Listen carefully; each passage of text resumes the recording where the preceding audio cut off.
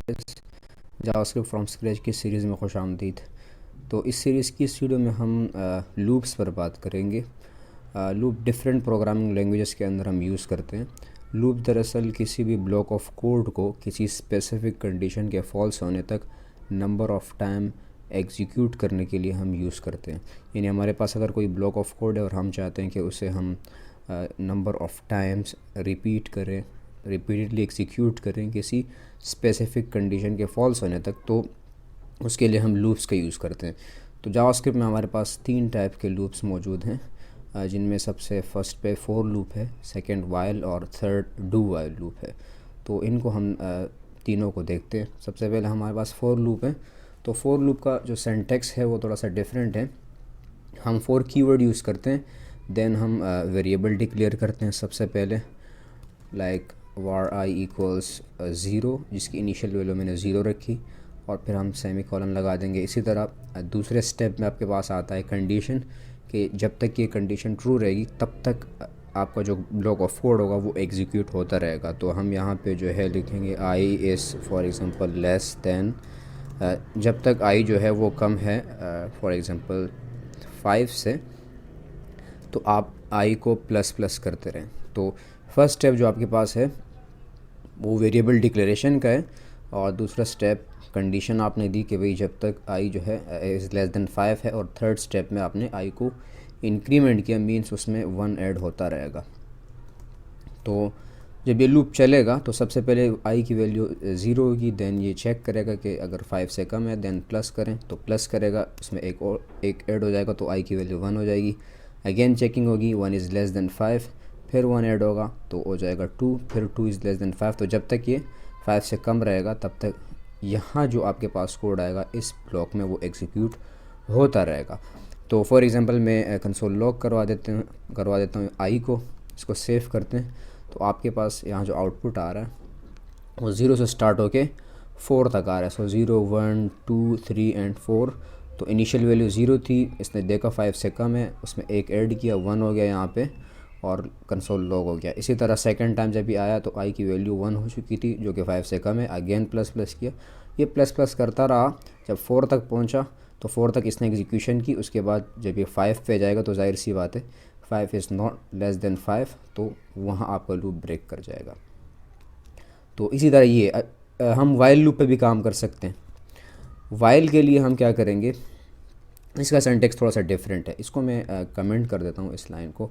हम एक वेरिएबल ले लेते हैं, for example var let's suppose n equals 0, और यहाँ हम लिखेंगे while n is for example less than 5। Then आप क्या करें, कंसोल लॉग करवाएं n को, और n को आप प्लस प्लस कर दें। तो सिंटैक्स थोड़ा सा डिफरेंट है। यहाँ वेरिएबल की डिक्लेरेशन आउटसाइड द लूप यहाँ पे होगी, और वाइल के अंदर जस्ट कंडीशन आएगी आपके पास, और जो बॉडी होगी लूप की उसके अंदर हम लास्ट में इंक्रीमेंट या डिक्रीमेंट कर रहे होंगे। तो यहाँ आपके पास इंक्रीमेंट वाला पार्ट आ रहा है। तो इसको अगर हम सेव करके लॉक करवाएंगे तो एग्जैक्ट आउटपुट आपके पास यहाँ पे आ रहा है। तो वाइल और जो फोर है उसका सिंटैक्स थोड़ा सा डिफरेंट है। दूसरा वाइल मेनली अगर हम डिफरेंस देखें तो वाइल को ज़्यादातर नॉन इंक्रीमेंटल ऑपरेशंस के लिए भी इस्तेमाल करते हैं, जहाँ आप मैनुअली नंबर को इंक्रीमेंट नहीं कर रहे होते। फॉर एग्जांपल आप किसी स्ट्रीम से जो है ना फाइल को रीड कर रहे हैं, तो जब तक जो है वो पूरा रीड नहीं कर लेता तब तक लूप चलता रहता है, और लास्ट करेक्टर तक वो रीड करता रहता है कंटेंट को फाइल के। तो या फॉर एग्जांपल आपके पास डेटा आ रहा है डेटाबेस से, तो वाइल लूप आप यूज़ करते हैं कि जब तक लास्ट रो तक वो नहीं पहुंच जाता तब तक डेटा आता रहे। तो इस तरह के ऑपरेशंस के लिए मेनली वाइल यूज़ किया जाता है। और इंक्रीमेंटल ऑपरेशंस जैसे नंबर को प्लस प्लस करना, और आपको स्पेसिफिक नंबर ऑफ़ टाइम्स पता है कि इतनी दफ़ा एग्जीक्यूट करना है, तो उसके लिए हम फोर का यूज़ करते हैं। इसी तरह डू वाइल को अगर हम देखें तो ये तकरीबन वाइल की तरह है, इसके भी सिंटैक्स डिफरेंट है। तो इसमें जो डू का जो ब्लॉक है, इसमें आप वो कोड एग्जीक्यूट करते हैं जो मेन बॉडी का होता है, जैसे दिस वन फॉर एग्जांपल। इसको अगर मैं कॉपी करके यहाँ लेके आऊँ, ठीक है, इसी तरह डू को हमने यहाँ रखा और वाइल लास्ट में आ जाएगा।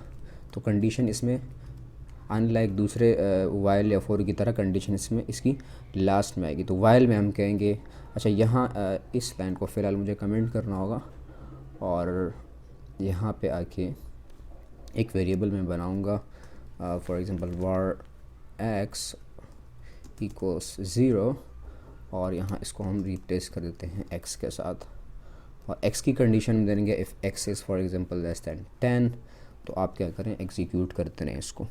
अब ये 0 से स्टार्ट होगा और टिल 9 जाएगा लाइक अदर लूप्स।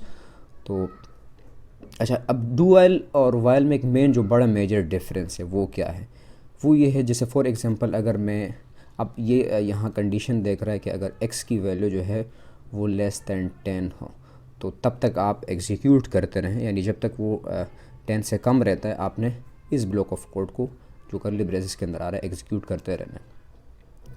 अब यहाँ जो डू वाइल का जो मेन डिफरेंस है और लूप्स के साथ वो ये है कि अगर मिसाल के तौर पर मैं वैल्यू को लेट सपोज कर देता हूँ 11, अब 11 इज़ नॉट लेस दैन 10, यानी ये कंडीशन स्टार्टिंग पॉइंट ही से फॉल्स हो रही है, तो मतलब जाहिर सी बात इस कोड को तो बिल्कुल चलना ही नहीं चाहिए, क्योंकि कंडीशन तो पहले से ही फॉल्स आ रही है, क्योंकि 11 इज़ नॉट लेस दैन 10, तो इस ब्लॉक को नहीं चलना चाहिए। लेकिन चूँकि डू वाइल है, तो डू वाइल का और लूप्स के साथ में डिफरेंस ये है कि डू वाइल अगरचे कंडीशन फॉल्स हो, do while at least 1 time execute होगा। अगर कंडीशन फॉल्स भी होगी तो at least 1 time do while execute लाजमी होगा। तो इसको अगर हम सेव करते हैं तो आप देखेंगे कि इसने क्या किया, इनिशियल वैल्यू उठा के आपके सामने रख दी यहाँ पे, यानी ये वाला जो ब्लॉक ऑफ कोड है जो कंसोल हम करवा रहे हैं वो यहाँ पे एक्चुअली आउटपुट आपके पास आ रहा है, यानी एटलीस्ट 1 टाइम ये लूप एग्जीक्यूट करेगा, इवन कंडीशन अगर फॉल्स हो तब भी।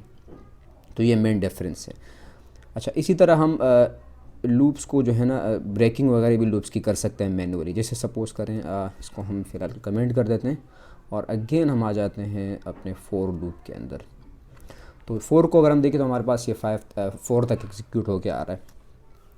तो जैसे अगर मैं कहना चाहता हूँ कि if I is equal to for example 3, then आप क्या करते हैं, ब्रेक करते हैं लूप को। मैं लूप को मैनुअली ब्रेक करना चाह रहा हूँ कि जब ये इनकाउंटर करें 3 को, जब ये देखें कि वैल्यू 3 हो गई है तो वहाँ ये लूप ब्रेक कर दे। तो अब आई की वैल्यू जैसे ही ये देखेगा कि 3 हो गई है वही लूप ब्रेक कर जाएगा और उससे आगे ये एग्जीक्यूट नहीं करेगा। जैसे 0, 1 और 2 पे जा रहा है, जैसे ही 3 इनकाउंटर करेगा लूप आपका ब्रेक कर जाएगा। इसी तरह इसके अगेंस्ट एक और आपके पास स्टेटमेंट है जो कि है कंटिन्यू की। जैसे मैंने कहा कि if I is for example less than 3 then you should continue. Save करते हैं। अब यहाँ ये क्या करेगा, ये जब 3 को इनकाउंटर करेगा, जब देखेगा कि वैल्यू 3 हो चुकी है, तो अब ये क्या करेगा, लूप को यहीं पे ये 3 की वैल्यू को स्किप करके आगे कंटिन्यू करेगा। जैसे 0 से स्टार्ट हुआ, 1 पे आया, 2 पे, जैसे ही 3 ये इनकाउंटर करेगा, देखेगा 3 को, तो 3 को स्किप करके आगे कंटिन्यू कर देगा। तो ये कंटिन्यू और ब्रेक स्टेटमेंट्स का जो है काम है, इन पे आप काम कर सकते हैं।